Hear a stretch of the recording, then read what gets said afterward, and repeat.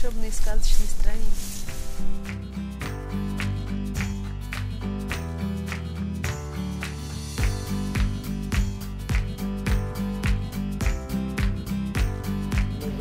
Штук. 200 штук в такой скороварке может свариться одновременно? Хорошо, а сколько по времени?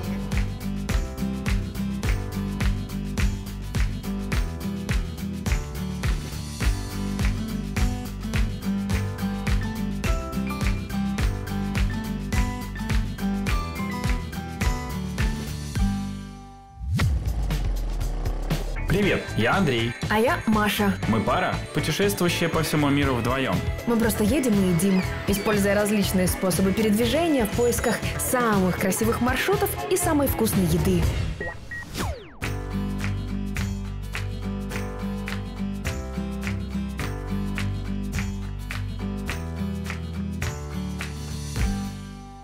Если вдруг устанете, делая огромный путь по ботаническому саду в Батуми, можно заплатить 5 лари на такой электрокар, познакомиться с прекрасным гидом, который по ходу того, как будет вас вести, еще будет обязательно рассказывать: это дерево, это дерево, а это то дерево. Ваша задача с открытым ртом ехать. Все. Очень удобная штука, очень советуем это сделать, если вдруг устанете.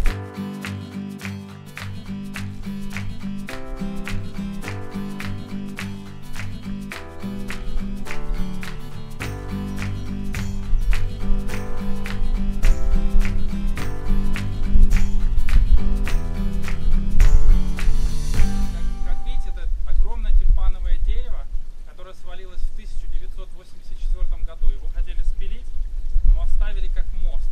А оно ожило и пустило 17 новых стволов. По-моему, это чудо. Мы думаем, что этому месту стоит дать выбор вдвоем в качестве символа жизни, прекрасного места, наверное, одного из самых красивых в городе Батуми. Это ботанический сад и точка, где упало тюльпановое дерево.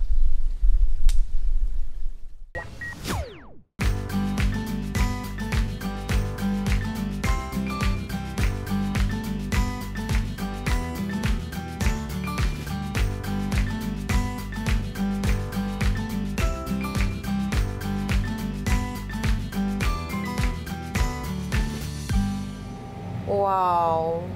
Похоже на пластик. А это? А это тоже оно вообще похоже на как на какой-то материал, знаешь, как пластилиновый такой, но он менее липкий. Вообще удивительно, я такого не видела теста. Нам сейчас покажут, как из таких маленьких кусочков теста раскатываются большие.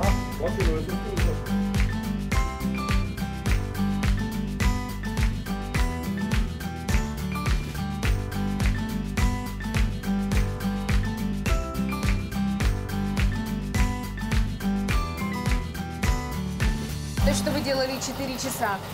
И такие тонкие, да? Эти блины, такие пласты.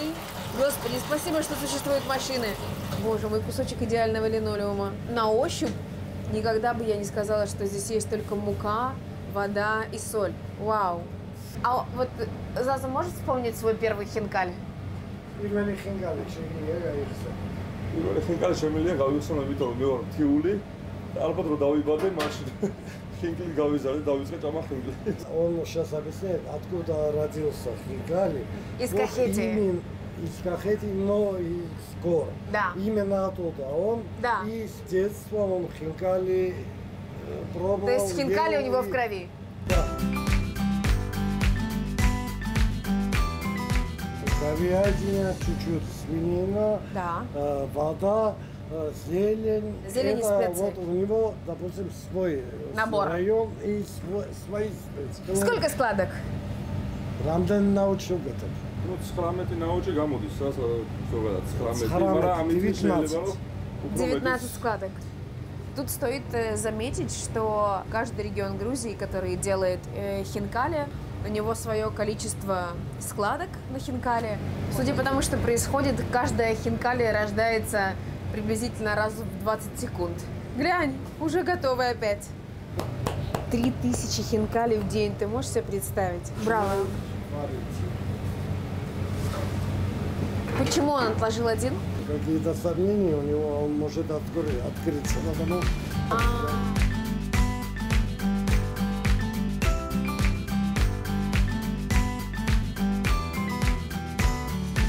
огромном котле варится хинкали около 7 минут. При открытой крышке, видишь, он ее не закрывает, как золотые рыбки, знаешь. Когда они недоварены, они плавают в воде, если ты посмотришь. И вот те ручки, за которые ты потом держишь, да, и когда кусаешь хинкали, они смотрят наверх. Как только они опустятся вниз и перевернутся, да, Заза будет знать, что их необходимо уже доставать и срочно есть. Видишь, она плавает такая перевернутая, пока одна из всех.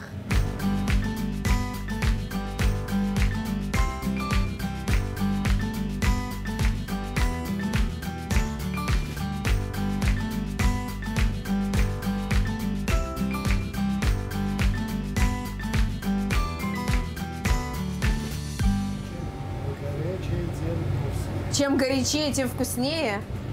Значит, мы тут уже немножечко, вот совсем немножко понимаем, как их нужно есть, совсем малость, небольшую.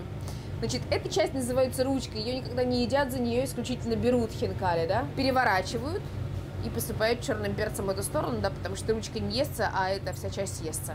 Так, ну ладно, держите. Ладно.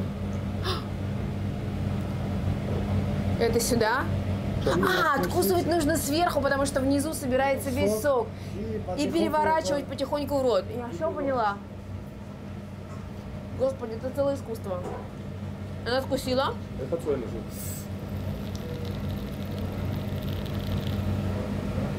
О, капец.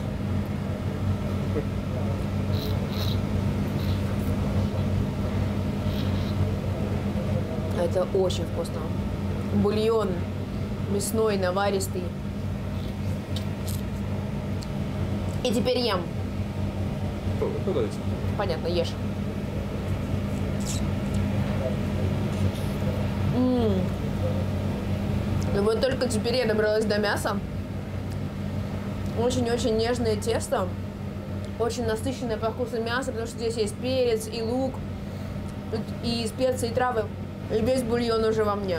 Вот они потихонечку начинают остывать. Когда они остынут, и если вдруг они остались на тарелке, их обязательно нужно разжарить. Хинкали – это о мясе, правда? Не о сулугуне. Нет, конечно, это тоже может быть. Но если мы говорим о традициях и о настоящем хинкали, то, конечно, мы говорим о мясе. Одно из самых колоритных мест здесь, в Батуми, одно из моих самых любимых – это колхозный рынок.